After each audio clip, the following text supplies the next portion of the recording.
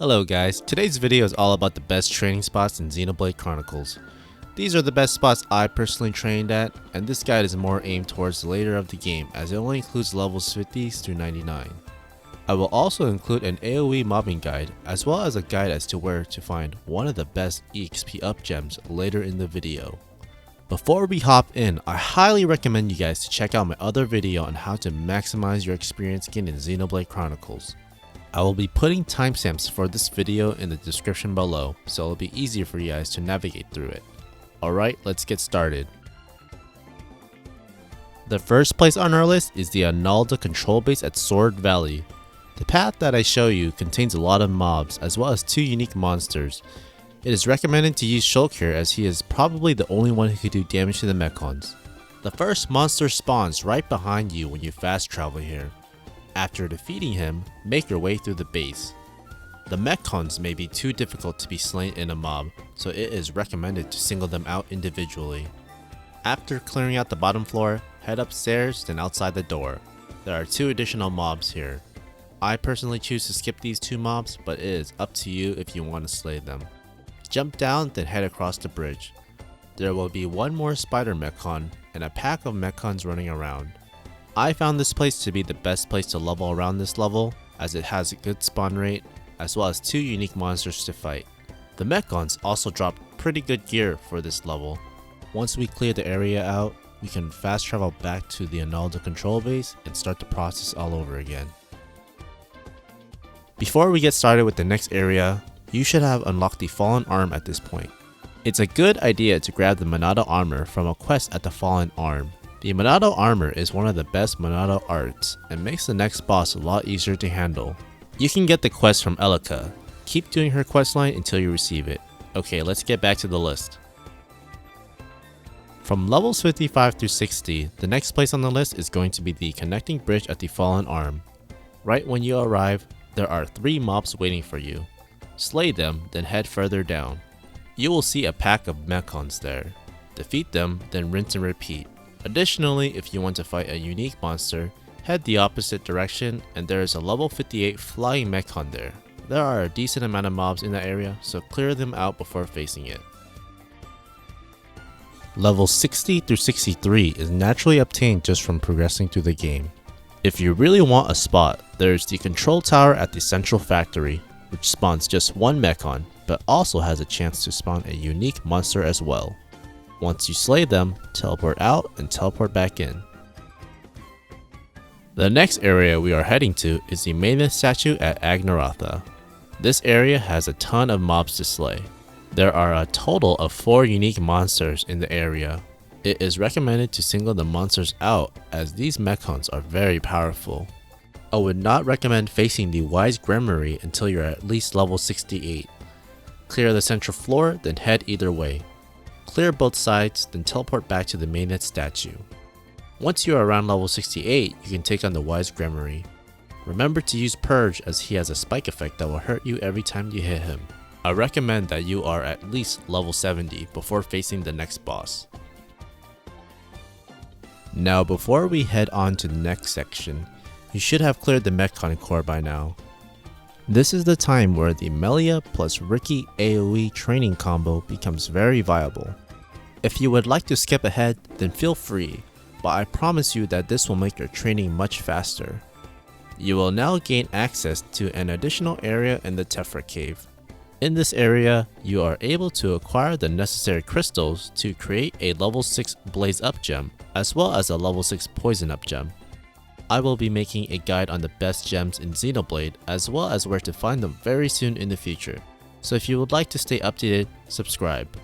When you craft these into level 6 gems, they will double the damage on your elemental spells. Riki and Melia both have damage over time spells that are AoE. This will speed up the training time significantly. The necessary gems you will need to equip are max ether up gems onto Melia and Riki as well as the elemental gems.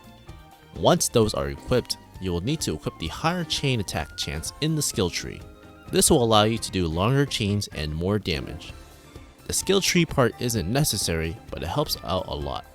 Lastly, make sure the party order is Melia as the leader, anyone that can chain ether based arts as the second, and Riki as the third.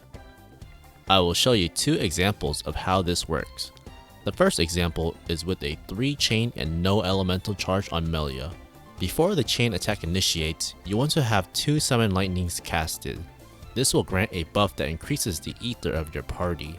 The third cast will be a summon ice. Lead off the attack with an elemental discharge.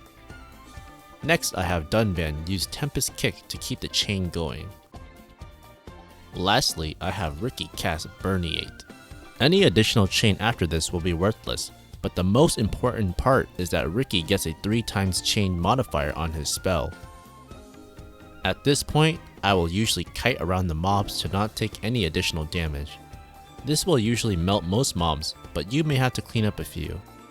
This method is a lot more consistent as it doesn't rely on the player getting additional chain attacks or Melia having her elemental charge up. The only problem with this method is that it may not do enough damage to finish off all the enemies, so keep that in mind when using it. In the next example I will show you is a 4x chain with elemental charge on Melia. Before initiating the chain attack, charge a summon fire with 2 lightnings queued up. Start the chain attack with the Mind Blast, then Dunban uses Tempest Kick. We then go into Riki using Lurgi, and lastly Melia will cast her elemental charge and burn the enemies. The only thing to note is the position of Riki. Lurgi's hitbox is in a cone, so he will not attack the enemies behind him. This method is recommended to only be used if Melia's elemental charge is up. This method will result in a lot more damage, but is a lot more inconsistent.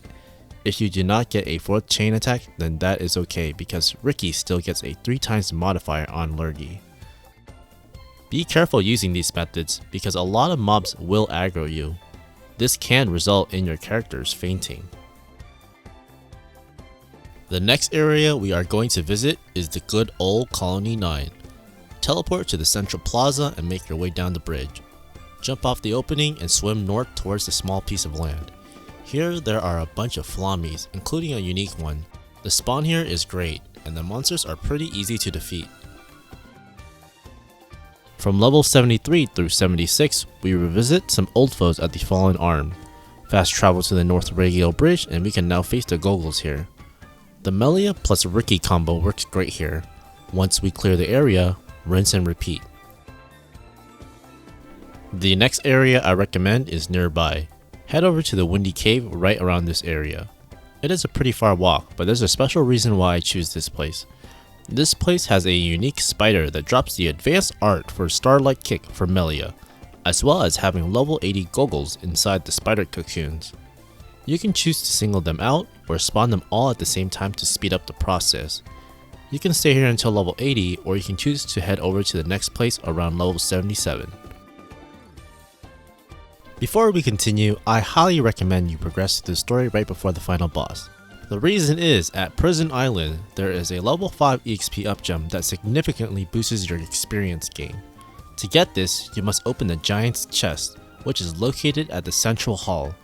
For these to be opened, the bone pillar must be lowered. To re-access the bone pillar, you must go through the kitchen. Towards the top right, there is a gate, and you can access the bone pillar there. After this, if you haven't accepted the quest to unlock the additional Monado swords, then talk to Vanea inside Junks. Junks can be located inside the interior of the Bionis as well as Colony 6. Around level 80 is a perfect time to finish off these quests. Alright, enough of that, let's get back to the list. At this level, we are able to fight the Territorial Rothbart at the Bionis leg. Oh, how things have changed. He should give you no problems now. The next area we want to head to is the Toro Marsh. Fast travel to the glowing obelisk, then cross the body of water. You then want to head up the hill and find the swamp Goggles to fight. There are a decent amount of them here, and even a unique one. The spawn is great, but feel free to leave to the next area around level 83. The next area is one of my favorite spots to train at, and it's because the AoE combo works so well here. Head to the Aerith Sea at the central gate. Teleport up there to the Alchemist. The map here in general is amazing to level at. From levels 85 through 87, I recommend staying at the lower level to train. The flying Telethia may give you problems if you face them inside a mob.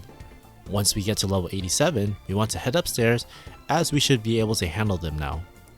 The upper floor has great spawn with lots of Telethia to slay. You want to clear the room in sections. Once you finish the upper floor, head up the stairs once more and rinse and repeat. You can honestly stay here till the early 90s if you wanted to. This was honestly the funnest area for me to train at throughout the whole journey, so I highly recommend that you guys try out the combo here. At this point of the game, it becomes a lot more about grinding for advanced art books rather than leveling. By now, you should be able to slay most monsters, but the best thing to do is trying to get level 6 EXP up gems for the final touchdown. Head over to the Machina Forest and fast travel to the waypoint beacon. Look up and there should be a lone nebula there. At this point, I recommend you equip the skill in the skill tree that increases the chance of silver chest spawn rates. The silver chest will include those juicy crystals. The nebula drops level 5 EXP up crystals, as well as the advanced summon earth book. Once you collect a few of these crystals, turn them into level 6 EXP up gems. You can equip 2 of these for a whopping 200% extra experience. You can honestly train here to level 99 while trying to farm for the advanced summon earth book. The 200% extra EXP makes the rest of the leveling a cakewalk. If you don't like killing a cloud to end it off on, then make your way to the village frontier at the Machina Forest. Jump down and there is a lakelet mammoth there. Once you defeat him, continue down and there are going to be 2 more nearby. After clearing those 2, you can make your way down once more and there will be a Dinosaurus there.